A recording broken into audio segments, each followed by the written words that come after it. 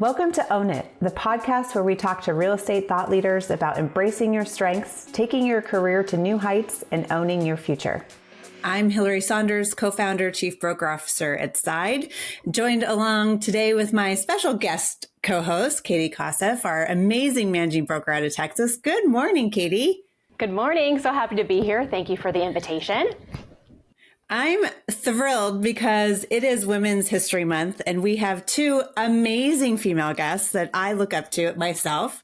Jen Branchini was the 2023 president for California Association of REALTORS, and she currently is one of the regional VPs for the National Association of REALTORS. And Melanie Barker, another good friend, is the current president for California Association of REALTORS. Welcome, ladies, to Own It. We're so excited to have you. Thanks for having us. Yeah, thanks. We're excited to be here. I love it. This is one of my most look forward to podcast episodes because it is powerhouse of women. And we're going to talk about everything from female leadership to current state of National Association of REALTORS with all the crazy headlines that's going on. We're going to talk more globally about what we as an industry need to do to bring us into the current state of affairs and really give some advice, some tangible takeaways to our audience as what they can do on a local and national level and in their own business practices. So let's get started. This is exciting. We'll start either Melanie or Jen, please jump in and answer which question you guys feel that you want to, but just because there's a massive elephant in the room, let's get it out of the way with the big NAR and the headlines of sexual harassment, consumer issues. Why is this coming to the forefront now? And why haven't we been able to address these issues in the past? That's a lot to unpack right off the bat here. I think, I'm going to use some experience that I've had this past week with something that I've been working with a state association on. And, we have, I think it starts with leadership, right? And it starts with leadership in the sense of, if you look at our national organization and any of our associations, we are comprised of volunteer leaders that are independent contractors. We all, I'm going to be as kind as I can here. We're all very controlling because we all run our own businesses. And then we merge in with a traditional company, if you will, that follows HR guidelines and staffing, and there's boundaries. But because we're a member organization, I feel that sometimes those lines get blurred, and you have dynamics, right? Where every year you have a new president that's working alongside a CEO, and there's, that relationship. And could be great, could be not great. It just depends on personalities and how it works. But I will say it's one of the beautiful things of AEs. They're able to adapt to different personalities every year. I admire them for that. But what happens, I think, and what we see is a little bit of a lack of leadership, because you've got maybe egos that are coming into positions that feel that, this is the best way.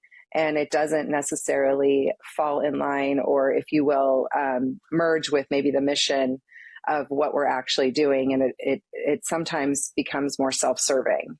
And it's something that I've observed over the years where, as a leader, you have to step into this role with one core principle, right? And that is really everything you do is around the members.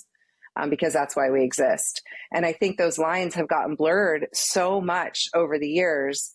And when you have sort of a abuse of power, if you will, where you try and come in and control a situation, or perhaps, there's lines crossed with sexual harassment, you have to have leadership that basically says this is not acceptable and it has to stop.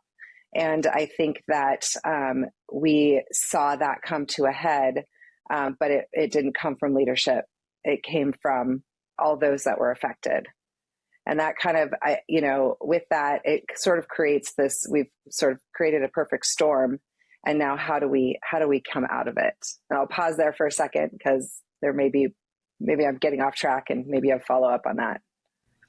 Well, I would say on the consumer side, I think Jen covered part of that, overarching disconnect between the directors and maybe some of the harassment issues that we've been dealing with. But on the consumer side, and how we got here is, I'm guessing you're alluding to the commission lawsuits.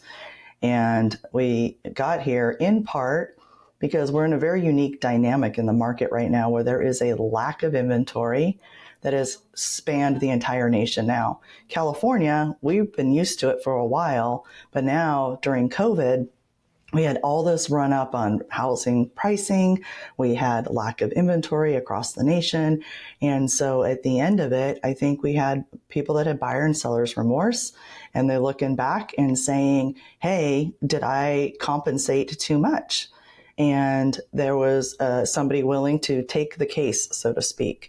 And so I think that really kind of led to some of what is transpiring around the nation. And so it's working with our agents and our members and kind of guiding them back and saying, make sure you're having these conversations up front with your clients and they truly understand, providing the resources that they need to be successful in a marketplace that, quite frankly, that downward pressure on inventory and even on pricing is related to us is going to continue as we move forward, because we just aren't building enough housing. And I could talk about that for hours as to why that is. But I do think that's also part of what led to where we're at right now, that competitive nature, and looking back on it and saying, oh my God, should I have paid that much money? Or should I have done this, that, or the other thing? And so that definitely drives part of where we're at now. Katie, since you're in Texas, I remember a handful of years ago when we first in California started seeing massive multiple offers. And that was the first time people were waiving appraisal contingencies and inspection contingencies. And that led to a flurry of post-close lawsuits for non-disclosure. And similarly in Texas, are you seeing that trend over, like Melanie just said, like there's just lack of inventory, so more people are making offers? I don't feel it's not funny, but I'm from California originally, and I recently sold my grandparents' house that was in Northern California in Livermore, and just seeing the difference between selling a house in California compared to selling a house in Texas is so hugely different. And we always preach, work in the areas that it is best for the consumer, it is best for you, do not go outside of your zone, it's not good for anybody. Yet here I am in the business over 20 years. I'm like, hey, I'm not even licensed in California, but I think I have a really good hold on what real estate is in California. Let me see if I can try to manage this on my own. And the fantastic agents that we worked with in California schooled me so quickly. And we were just very lucky to find two really, really great agents. And my husband and I said, we're not touching this. Like, here you go. Please, here are the keys. Please handle this for us. And we had such a great experience with them. I think it's a very different state compared to Texas. I feel like regulation could be a little bit stronger here in Texas. And I know I'm getting off of your question, but no, I do not think we have ever seen a market, maybe in Austin, Austin mostly, not Dallas, Houston, San Antonio, but we haven't experienced the same type of thing. Especially, we're having a crisis with affordable housing as well, but nothing like California. It's a very interesting dynamic to a lot of us, but yeah, it's two completely different markets. It should be two completely different countries as far as I'm concerned. Yeah, honestly, you all know. So that leads me to kind of this kind of topic, which is there is a national discussion over commissions, and the DOJ is weighing in on their opinions on some lawsuits. But like Katie just alluded to, each state operates so differently. I mean, neighboring states, Oregon and Washington, are so different, and similarly across the country. So I'd love your ladies' perspective, Jen, maybe on a national level and Melanie on a state level. What are the discussions like, or how should we as practitioners be helping our agents kind of view the bigger topic of commission, quote unquote, setting, which is not a thing, but negotiations and best practices to best protect the consumer? Like, are there different narratives on a national versus state, or are they similar? I would say they're similar. And I think you have to go back historically, because people always ask, like, okay, well, how do we get here? And one of the things I talk about whenever I speak is, we have been historically bad at being transparent, explaining the transaction and how each side is paid. And the reason why I can say that is, as new agents, any of our new agents coming into the business, we are so concerned about the question of, well, how long have you been in the business, when we're meeting with the consumer? And so it's an avoidance tactic. We're trying to stay away from that, away from that conversation. We don't want to say anything. I remember I asked, my cousin, Gina, when she was in a couple years before I was, and I said to her, what do you say when that happens? And she's like, oh, just say it seems like forever.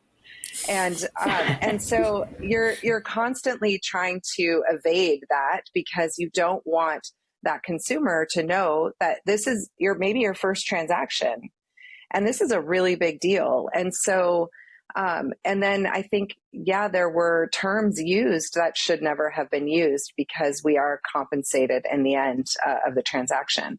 And so that has created this lack of ability to communicate value. And I think Melanie, she told a story to me last week with regards to an agent that's been in the business for 35 years. And we're talking now about buyer broker agreements and how to have these conversations, because it's so important. Why wouldn't we be transparent with our buyer and go through all of our fiduciary duties and the things that we're going to be doing with them, just as we do with a seller? But somebody that's been in 35 years doesn't said to her, and you can correct me if I'm wrong, Melanie, well, I don't know how to communicate that. I mean, 35 years, like, you have the experience, but we just have never done it. It's just not inside of us. We just do what we do, right? And so I think moving forward, the conversation really is, here are the things that I do for you. And what does that look like in the future?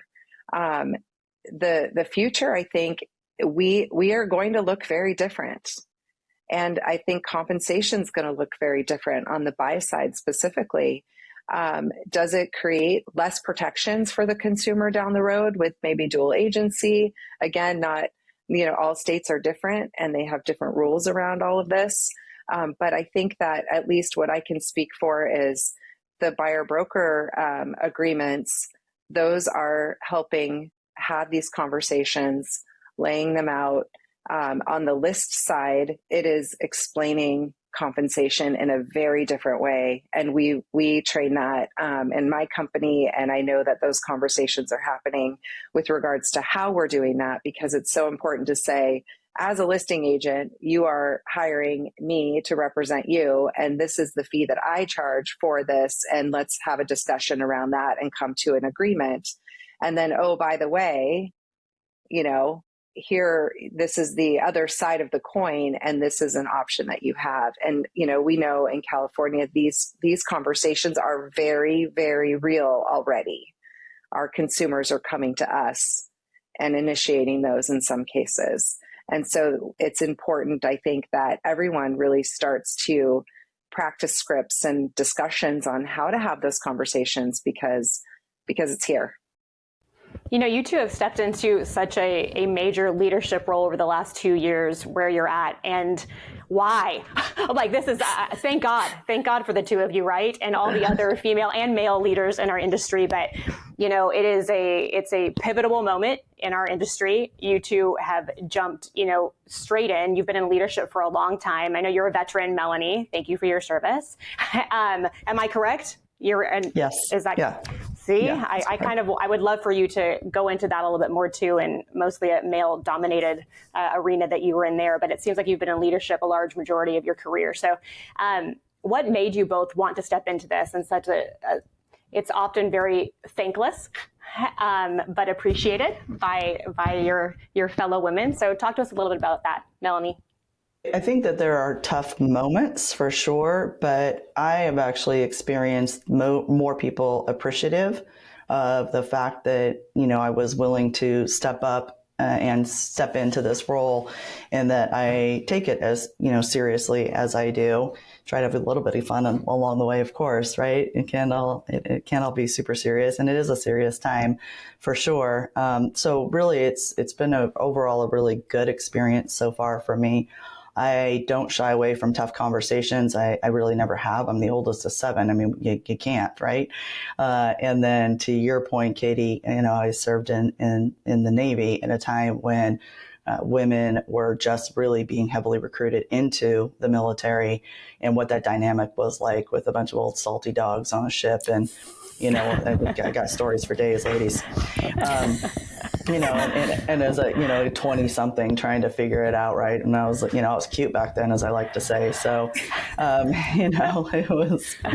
it was something. So, so I think that's those dynamics though allow for me to have developed the ability to have an honest conversation and not shy away from tough moments. And, we're in for more. I mean, we're definitely in a roller coaster, and we don't know what's next. As a leader for California, I don't have any specific personal goals that I want to achieve this year, because I know there's more coming at us.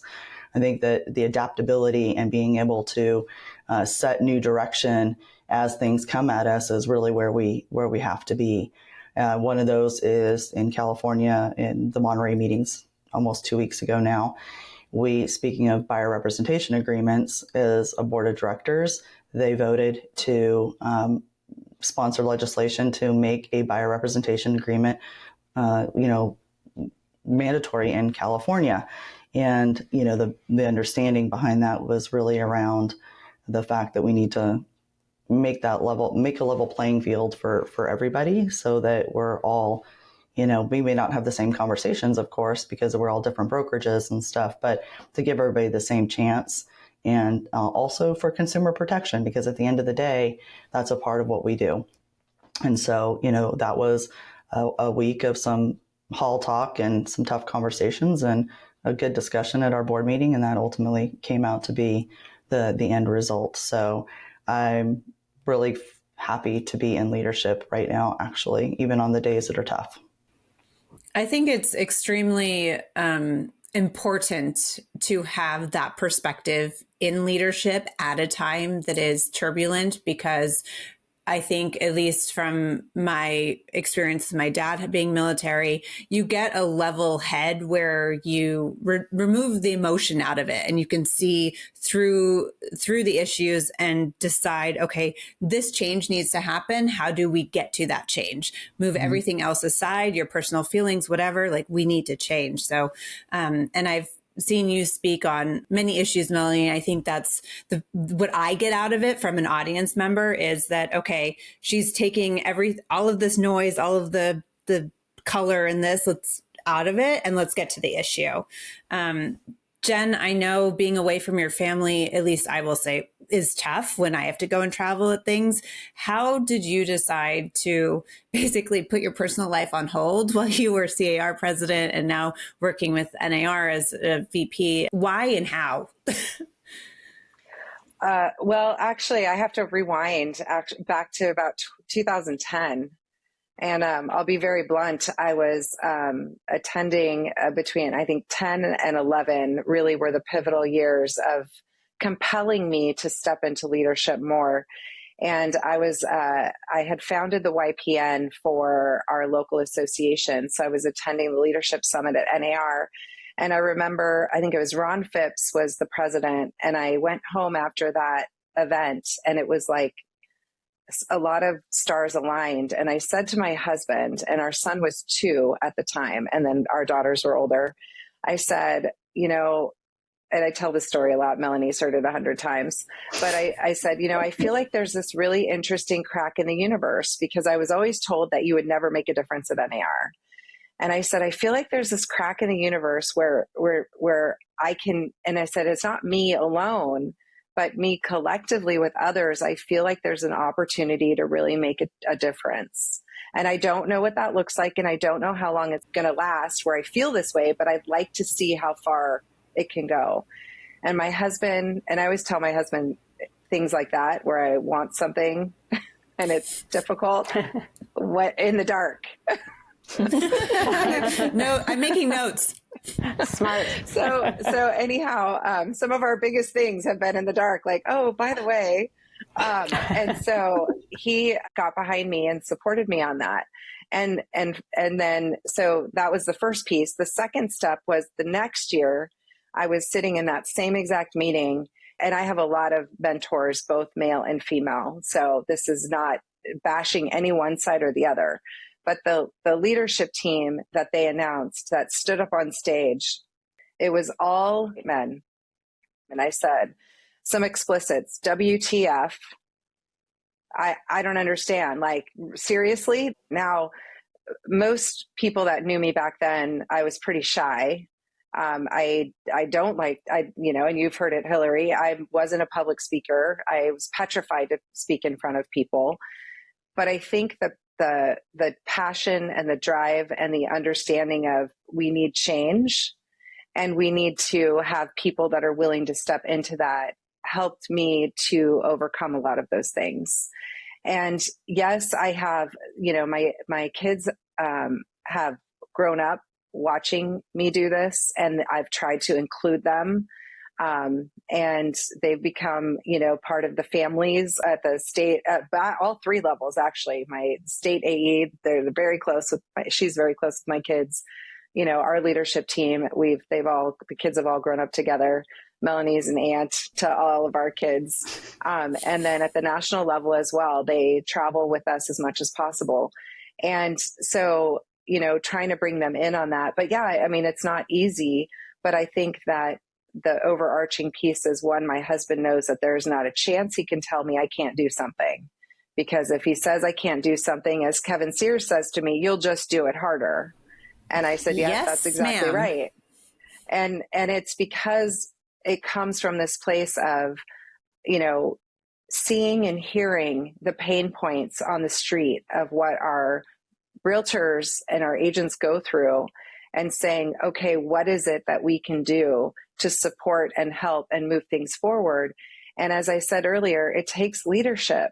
And if you're not willing to make the hard decisions and say the hard things and do that, then you really have no business being in leadership. Because as I said last year, people said, I'm so sorry. Oh my gosh, what a terrible year. Like, all of these things. And I said, what are you talking about? Like, I didn't sign up for easy.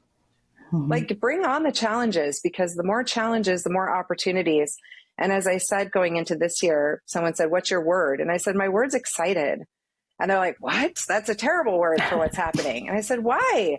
I said, we have this amazing opportunity to change the focus, direction, and how we practice real estate. And we should embrace it and not wait and sit there and say, oh, well, this is the way we've always done it. So we'll just, keep doing that. And then all of a sudden it's forced on us to change. And that nobody wants that. That's the reactive piece. And so how do you look ahead and be proactive and say, all right, let's be that change. Speaking of just change from a level like in California or Texas or just like nationwide, but state by state, what do you think like each different like state association can do to make more of a dynamic change for all? Do you have any feedback on that or thoughts? I think they have to, when we're looking at our own state membership, right? And obviously we're a very big state, and we're like 3 states and 1 in California, right? So the way they do business in Southern California, even though it's all the same license, everybody has customs, right? And so Southern California does business a certain way. I live in the middle of the state, and so I get the best and the worst of Southern California and Northern California, and coming in and saying, this is how we do business down there. And I'm like, well, it's not how we do business here, right? I mean, we're barely one step above a spit in the hand and a handshake where I live, right? Like, it's very rural, and we very much are just like, buyer representation, contracts, what? And, my poor my sales partner, she's amazing, right?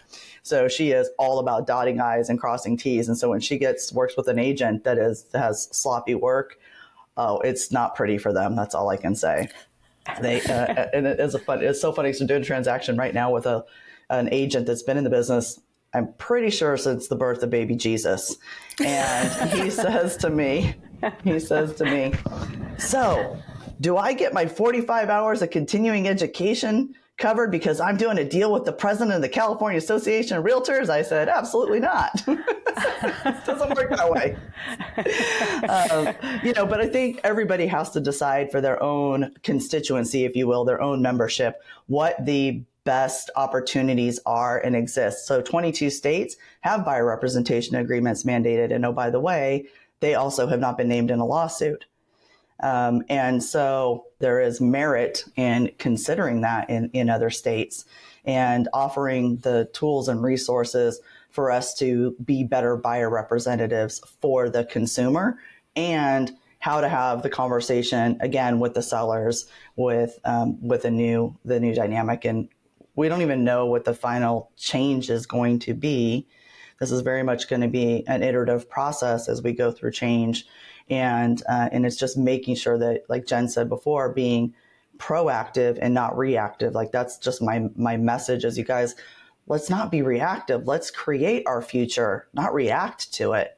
So what can we do? How can we think beyond the horizon to come up with either programs or services or a dynamic that puts us in a much better position, because we don't like change to happen to us, but we can handle change that we create for ourselves. And so that's kind of where my mindset is, this year. And I think it kind of needs to be like that for everybody, but Jen may have a different perspective. I would just add with regards to the association side of things, right? So I find myself sitting where I am today because of an association crisis.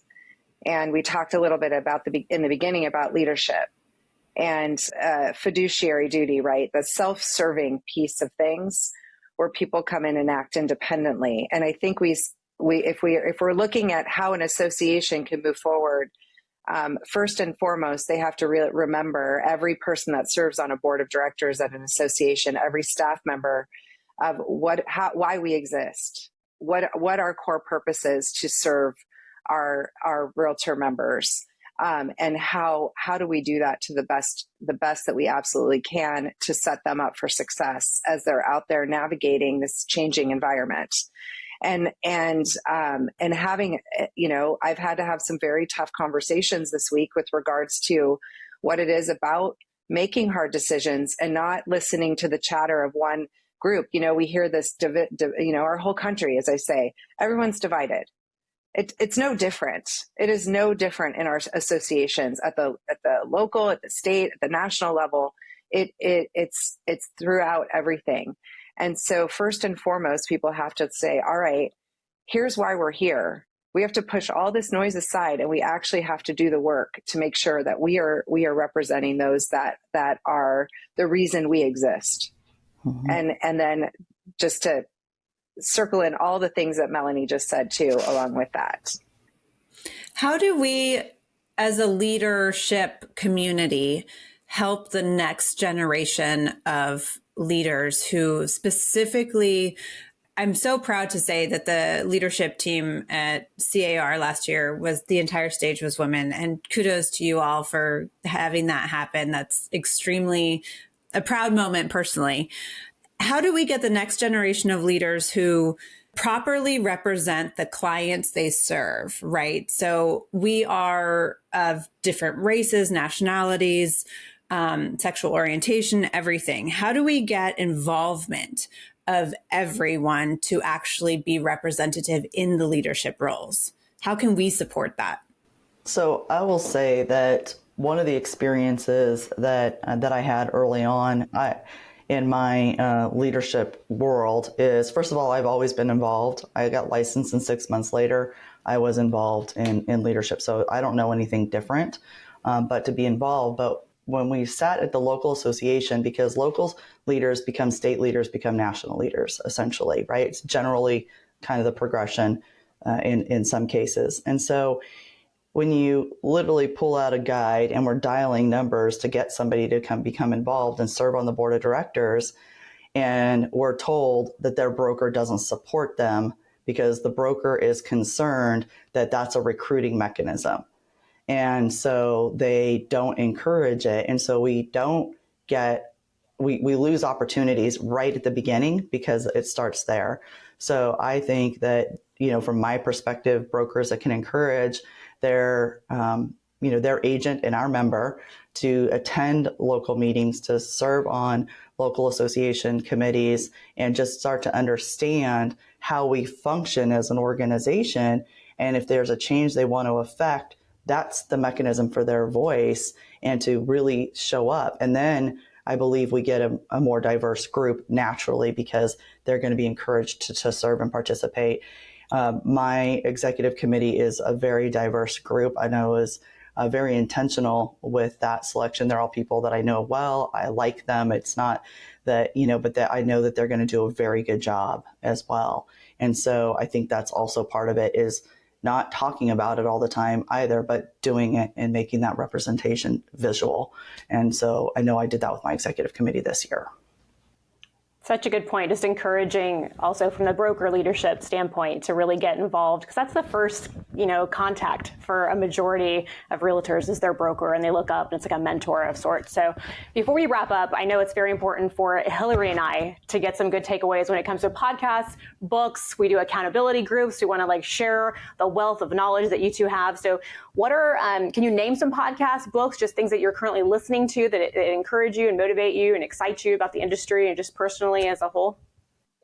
Oh, well, I'll just say that one of the books that has really, really helped me kind of, I guess, jump in with both feet to where we are right now. It's a book I read last year, and it's Seeing Around Corners. And it really talks about inflection points and how snow melts from the edges. And sometimes we get stuck in the middle and we forget to go out and look exactly what the changes, the changes are around us. And we miss some opportunities, and companies, it talks about how companies are destroyed because of that.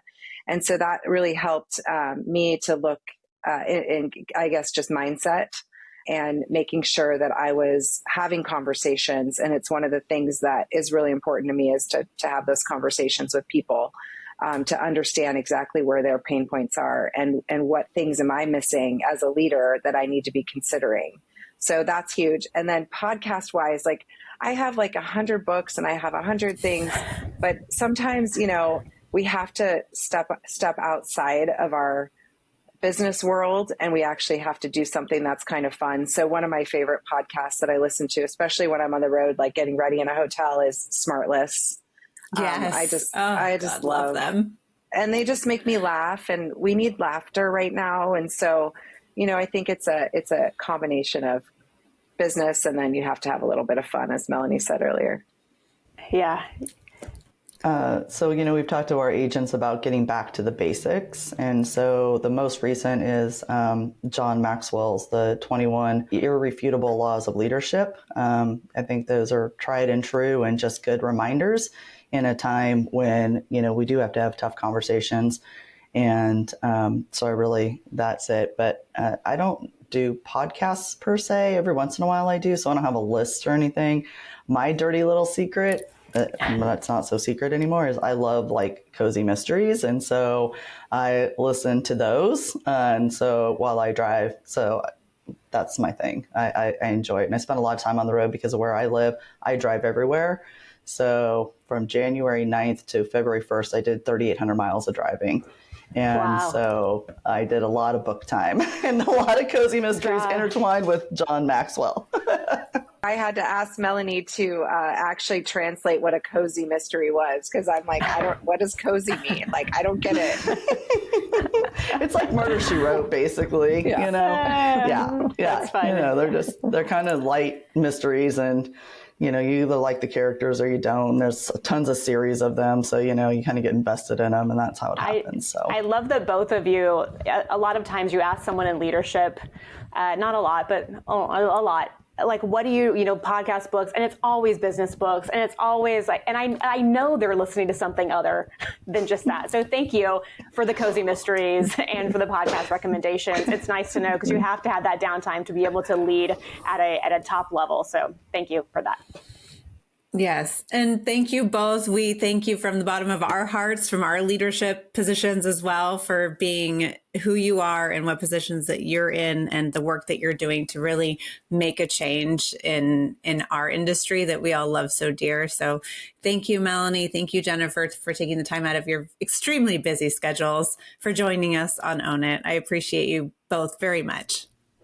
Thank you for having us, and I can speak for both of us and say we are absolutely available to any of your agents, our members, if they need anything from us. Absolutely. Thank you so much.